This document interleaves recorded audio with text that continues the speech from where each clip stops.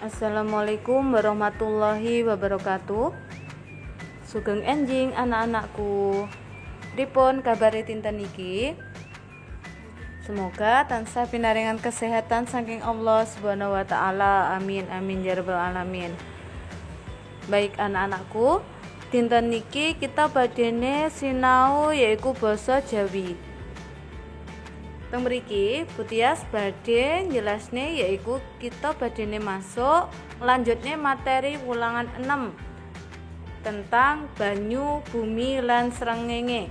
Saderenge miwiti pembelajaran dinten niki, ayo sareng-sareng maos basmalah supaya pembelajaran dinten niki saged lancar lan angsal ilmu ingkang manfaat lan barokah. Amin.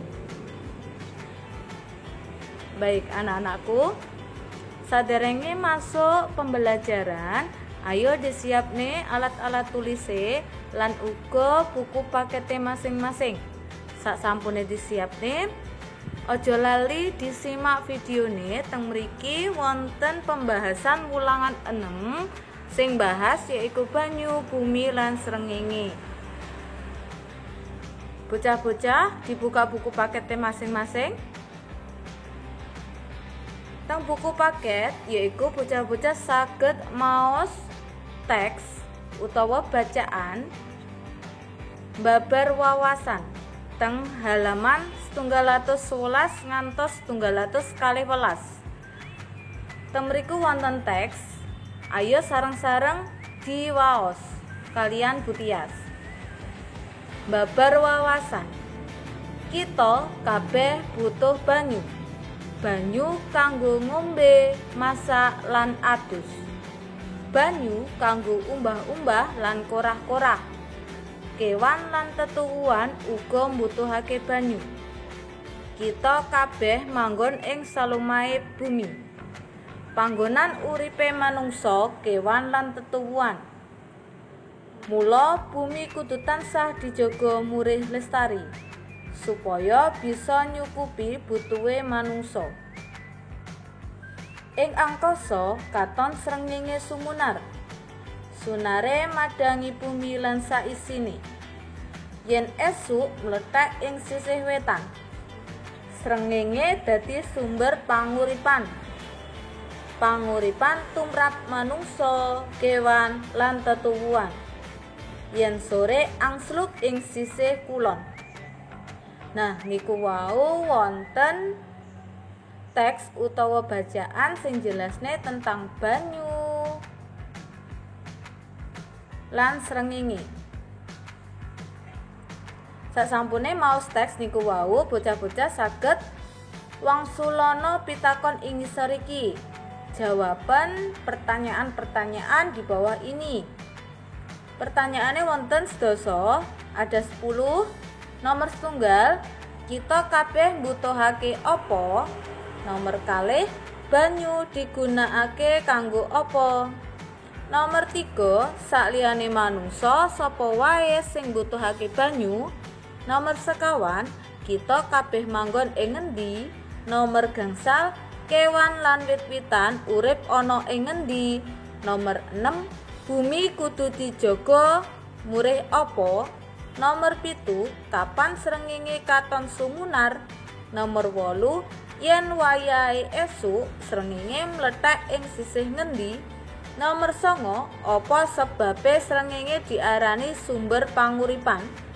Nomor 11, yen wayah sore srengenge angsluk ing sisih ngendi? Nah, niku wau saged dijawab sesuai kalian teks utawa bacaan teng halaman 111. Sasampune dijawab pertanyaan niku wau, bocah-bocah saged nglanjutne yaiku teng pasinaon setunggal. Teng pasinaon setunggal niku wonten bacaan utawa pacelaton utawa percakapan. Teng mriku nang mengke wonten pembahasan sing judule yaiku mancing ing blumbang. Bocah-bocah saged diwaos sareng-sareng kalian Butias. Pasinaon setunggal mancing ing blumbang. Sore iku Bima lan Bambang janjian arep mancing bebarengan ing blumbang cedhek omahe. Sakwise ganti penganggo lan mangan, Bima age-age nyiapake ubarampe kanggo mancing. Sakwise kabeh siap, wis ganti penganggo, mari salat lan mangan, Bima enggal-enggal tumuju blimbang kang ora adoh saka omahe. Nanging pranyata Bambang durung teka. Bima, "Loh, wis yamene Bambang kok durung teka?" "Bambang, pangapura Bim, tekaku telat amarga dikongkon ngrewangi korah-korah karo emak." Bima, "Iya, Bang, ora dadi apa. Korah-korahe wis mari apa durung?" Bambang, "Alhamdulillah wis mari. Ayo saiki enggal mancing selak kewengen." Bima, "Iya, Bang, aku yo njaluk ngapura amarga wis cubriya. Tak kira awakmu ora netepi janji." Bambang, "Ora Bim, kanggoku janji iku utang kang kudu ditepati." Bocah loro padha mancing bebarengan nganti ora krasa pranyata srengenge wis meh angsluk. Naniku wau wonten percakapan antarane Bima lan Bambang sing mancing ing blumbang. Sakwise diwaos, bocah-bocah bisa nggarap utawa ngrejakne gladen setunggal. Tugase yaiku mangsuli pitakon isine wacan. Bocah-bocah saged menjawab pertanyaan berdasarkan bacaan. Teng mriku wonten teng halaman 151 ngantos 111. Pertanyaane ana 12, ana 10 bocah-bocah saged ningali. Nomor 1, sapa sing sore iku janjian arep mancing bebarengan? Nomor 2, ing ngendi anggone arep mancing Bima lan Bambang? Nomor 3, Bima nyiapake apa kanggo mancing? Nomor 5, sapa sing teka luwih dhisik ana ing blumbang? Nomor gangsal, giniya Bambang tekane telat. Nomor 6, apa sing ditindakake Bambang sakwise ngerti tekane telat? Nomor 7, kepriye tanggepane Bima sakwise Bambang njaluk ngapura? Nomor 8, giniya Bima uga njaluk ngapura marang Bambang. Nomor 9, miturut Bambang janji iku kudu diapakake. Nomor 11, nganti wayah kapan anggone mancing Bima lan Bambang? Nah, niku tugas teng gladen setunggal mangsuli pitakon isine wacan, menjawab pertanyaan berdasarkan bacaan. Lanjut malih teng gladen kalih. Gladen kalih niki yaiku ngidentifikasi teks panyuwunan ngapura. Mengidentifikasi bacaan permintaan maaf.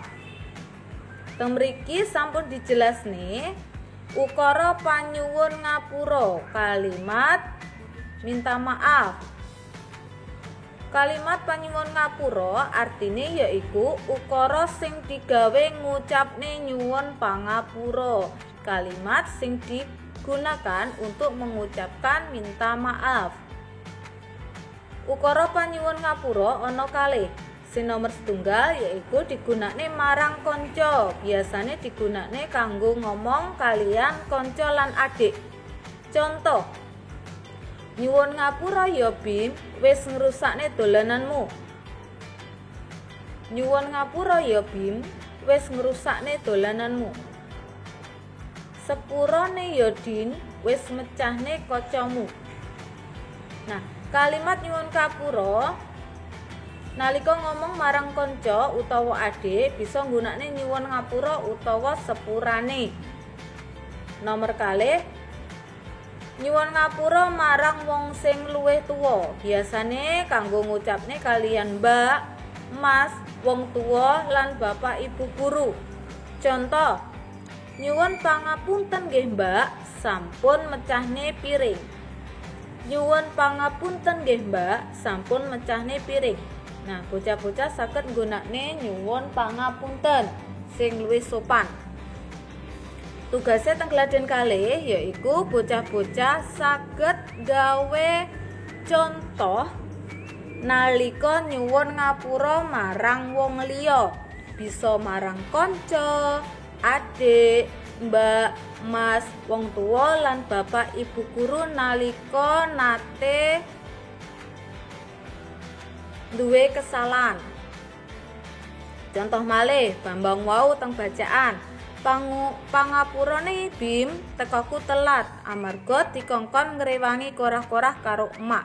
Nah, teng halaman 116 ngantos 117 bocah-bocah saged nulisne contoh nalika gawe kesalahan. Wonten sekawan teng mriku saged ditulis.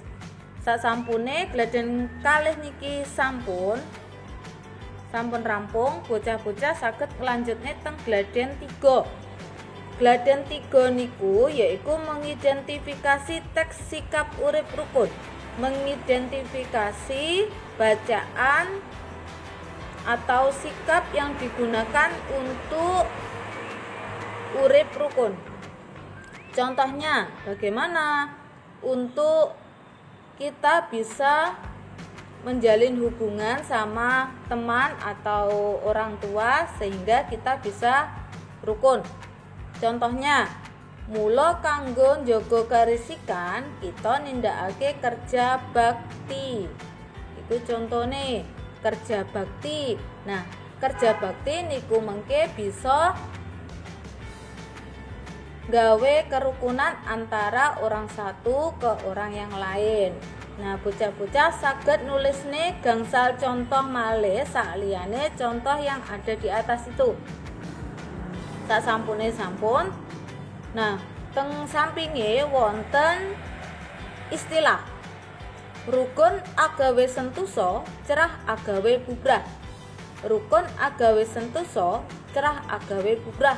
Sing artine rukun iso gawe kokoh utawa tentrem, tukaran iso gawe rusak.